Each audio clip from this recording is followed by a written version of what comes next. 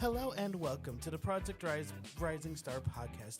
My name is Tyler Scott, and back again with another episode of the Rising Star podcast. Now, without further ado, let's get into this week's encouragement. This week's encouragement is with the end of the semester coming up, it is so hard to not focus on the things that are changing because change is hard. But you guys have done so well this semester.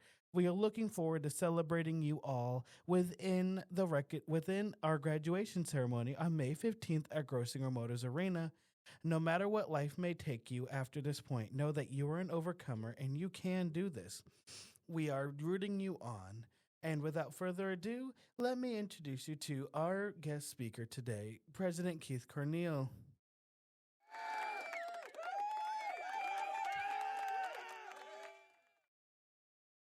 Actually got applause there and everything. That's pretty fantastic. So I just want to build off of what you had just shared with the audience about, being overachievers and individuals that have picked themselves up and moved them to where they need to be, transitioning and transforming their lives in a way that is extremely important. And want to encourage all those that are graduating, to keep moving forward. Keep doing what you're doing because you're succeeding. And for those that are going to continue with us, continue also to move yourselves forward. So wonderful. Well, thank you for that. Let's move into the questions that I have for you today. So for question number 1, it's share your own journey. What has brought you here to being president of the college? Well, I'm probably the least likely person to ever be a president of a college. I'll be very honest with you. I was not very good in school when I was growing up. I mean, I did okay. I shouldn't say I did badly, but I did fine. I just didn't like school. So that's why kind of for me, it's like, boy, you stayed in education all this time. And if you ever met any of my friends, they'd probably say the same thing. What? He earned his doctorate. He's the president of a college. That doesn't seem like it would be the pathway for Keith, but it was. In fact, when I left high school, I quit college. I went for a semester and I quit. I just didn't enjoy it, didn't think it was for me. And so I was a mechanic for a while. So I worked with my hands. I did, the things that seemed to be natural to me. I did that for a year or 2 years. And thought I should give college a try again. So I went back to my local community college in our community and just kind of kept going from there. And, I've been in higher education for over 40 years now. Wow. And just continually excelling. I don't know that I ever thought to be a president at that time, but it kind of has led me to where I am today. That's amazing. Sometimes our stories are the most unlikely, and we may feel underqualified. But a lot of the times, a story is a story, and it doesn't matter where you come from. It always is like you're in the right position at the right time. Yeah, there's that. I think the thing also is that if you work hard, things happen for you, right? Sometimes people just expect things will happen. And they're just going to get this role or whatever. Or I went to school, therefore I should get this position, right? It doesn't work that way. That's the harsh reality for some people. It just doesn't work that way. You have to work hard. Yes, those things are important. Yes, you have to have that education and that knowledge. But it's what you put into it that really makes the difference in the end. Right. Absolutely. So question 2 is, describe the value in getting an associate's degree. Yeah, well, getting any degree is important, and an associate's degree is an important thing because, it gives you something that as you're on your journey and you continue, Tyler, to move on to get the bachelor's and maybe advance to a master's and maybe a doctorate someday. If those things don't happen, you do have a degree to fall back on. And the data clearly shows that those that receive an associate's degree outpace those with just a high school degree with regard to earnings over their life. And so I think that that's an important distinguishing difference between those that do and those that don't.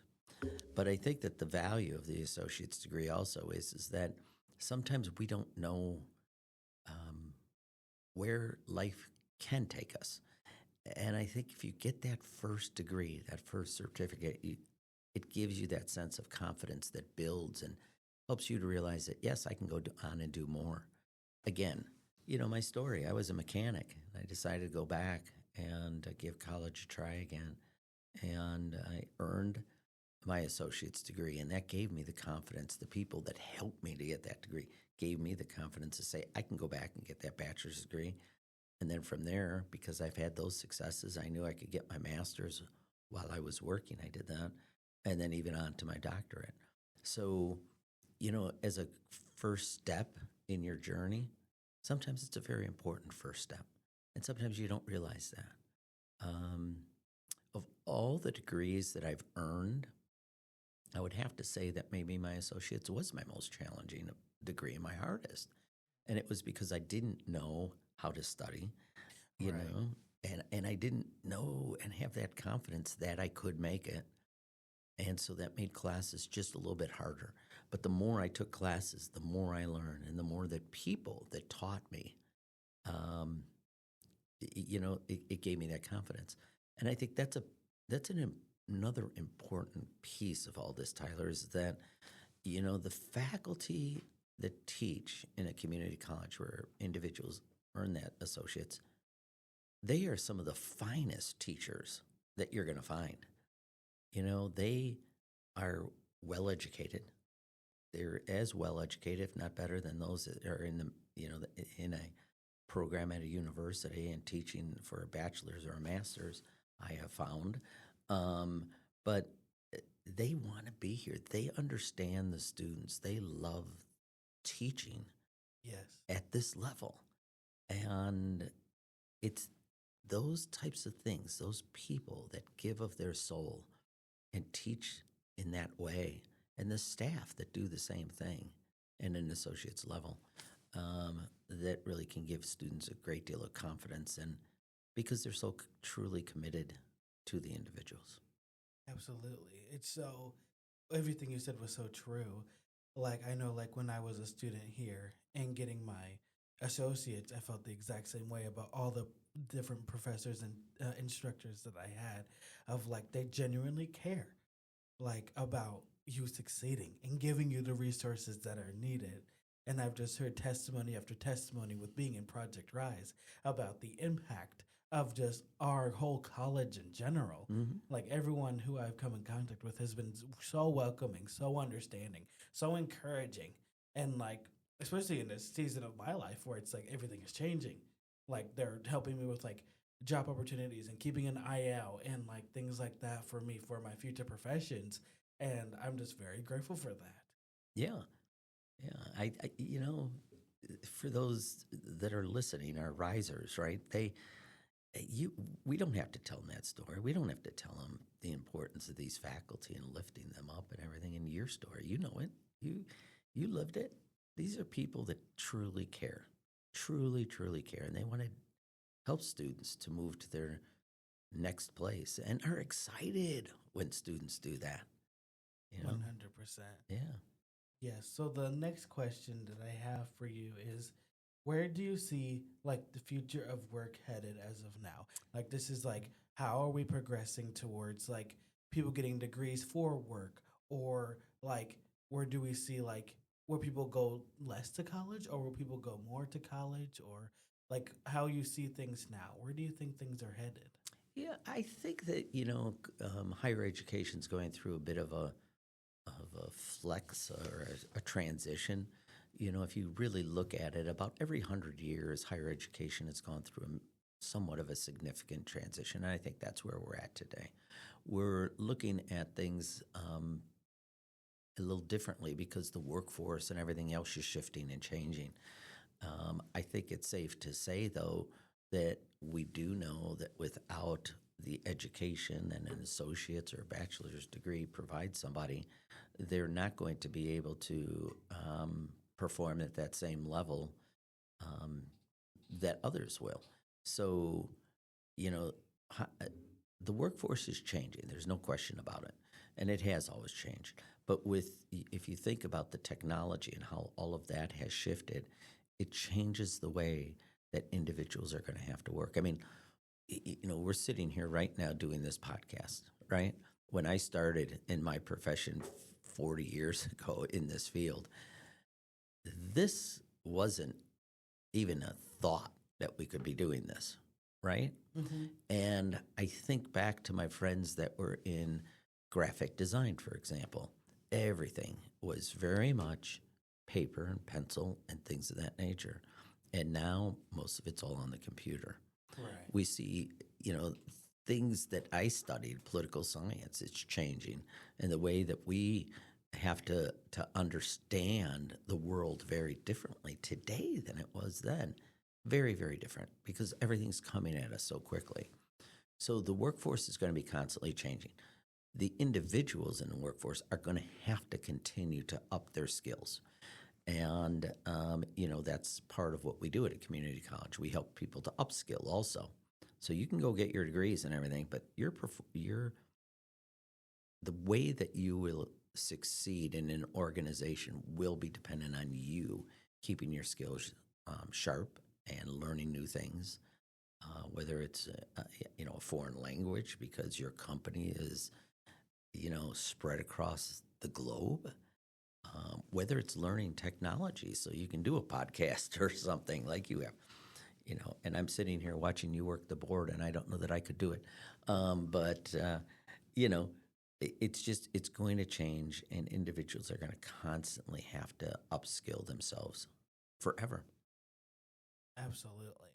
It's just like not so, once again, so true because it's like the workforce, we have to adapt. Like we never stop learning. Like we always have to be ready for when the influx of new technologies get developed and everything. Like we're gonna have to adapt to these new ways.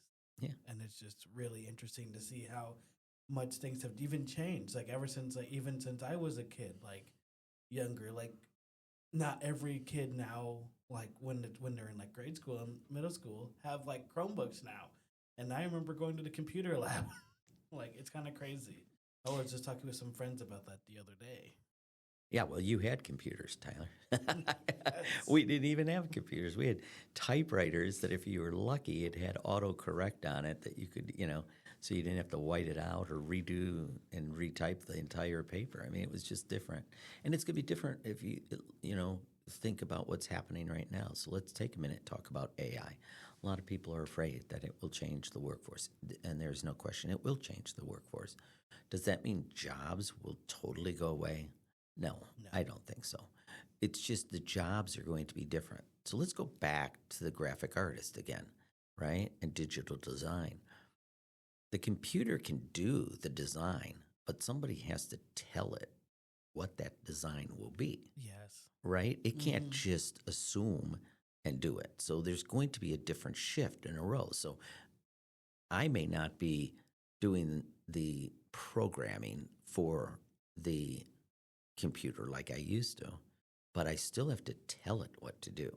So it just changes the jobs. You think about in law and some of those spaces, the computer may be able to harvest the information quicker than lawyers can today, but there's still somebody that has to be there to present in court and to do some of the other things. It can't get away from that. You think about the trades. AI can't do the trades. Absolutely. It can't. I mean, it will help with some of the advancements to make it easier to diagnose, a problem you're having with your air conditioner. But it won't be able to change the parts or do some of the other things it needs to. Absolutely. Yeah, that is so true as well. It's just like, man, because people are scared of AI, but like it won't take over like everything. It'll just enhance things. Right. And we don't know, who knows? Maybe I'm wrong with it in my thinking, and maybe, AI will transition into other things as we all grow and evolve. AI will do the same thing. But there's just certain things that it's not going to be able to do, and it's still going to take humanity to guide it and direct it. Absolutely. So my last question for you is, what encouragement do you have for hawks that are leaving the nest? Well, we always are excited when our hawks leave the nest. I've had many students over the years here at Heartland and the other institutions I've been at that say, we don't want to leave, we don't want to leave. You have to leave. You have to go. You have to spread your wings. You have to, go to where you're going to go as you leave the nest. And so as I think about what can we do to encourage you is know that we're always going to be there for you, right? Just because you leave Heartland doesn't mean you can't come back and see the people that helped you. They'll help you again and again and again as much as you need to. And we do see that. And I've seen that over my 40 plus years of my career, students reaching back out. And they may need a little help. And they oftentimes it's just they need to talk something through. They often know what the answers are, but they just need that moment. So we're going to be here for you no matter what. So, but we're also going to be there when you don't see us and, kind of nudging you and pushing you. In the back of your mind, you're saying, oh, yeah, I remember that professor was telling me I gotta step it up or whatever. Those words are going to stay with you. So even though we may not physically be there with you, we're going to be there with you. And then if you do need us, just come on back. We're going to be here for you. Absolutely. And I think everyone needs that reminder too, is that it doesn't matter if we leave or not. Like, we always have that support group because our foundation was here. A lot of people find like community here and people that have impacted them here. So that is just amazing. But the other thing too, Tyler, is that it's that you have to go on and experience new things, right? And so you're going to get new support groups, right, and everything else, and and it all works together, and it's what creates you to what you are today, right? I mean, I sit here as a president of a community college, coming from being a student at a community college, and I think about those lessons that I learned there and the people that taught me that. I think about the lessons that I learned as a mechanic and how they help me on a daily basis. So there's all these people that constantly are along the way that help us. And, embrace that. As you leave this nest, embrace all those new experiences. Take them on. Take on new challenges. And probably the one thing that I would encourage all of those that are listening is work hard. A lot of times people say, oh, work hard, it doesn't pay off, blah, blah, blah. That's baloney. The people that work hardest, it does pay off for them. Mm-hmm. And employers notice when somebody's working hard and when they're not. Yes. And oftentimes the people that are rewarded are those that are working hard. Always. Yeah. Always. Yeah. And the ones that are complaining in the corner that, when's my turn, are the ones that probably didn't work hard enough. So. Yes, absolutely. Well, with that being said, thank you so much. Thank you. Of course, always. And it was an honor to have you today. My pleasure. My pleasure to be here. And, this is great what you're doing, Tyler. This is great. This is an important thing. And it allows the encouragement to continue on for students. So thank you for doing what you're doing. Of course, always. Okay. With that being said, we will conclude today's podcast. Thank you all so much for tuning in for this week's episode with President Keith Cornille. I am so excited to be able to just continue to be a guiding light for peer mentorship, and I look forward to seeing you all on the next episode of the Rising Star Podcast.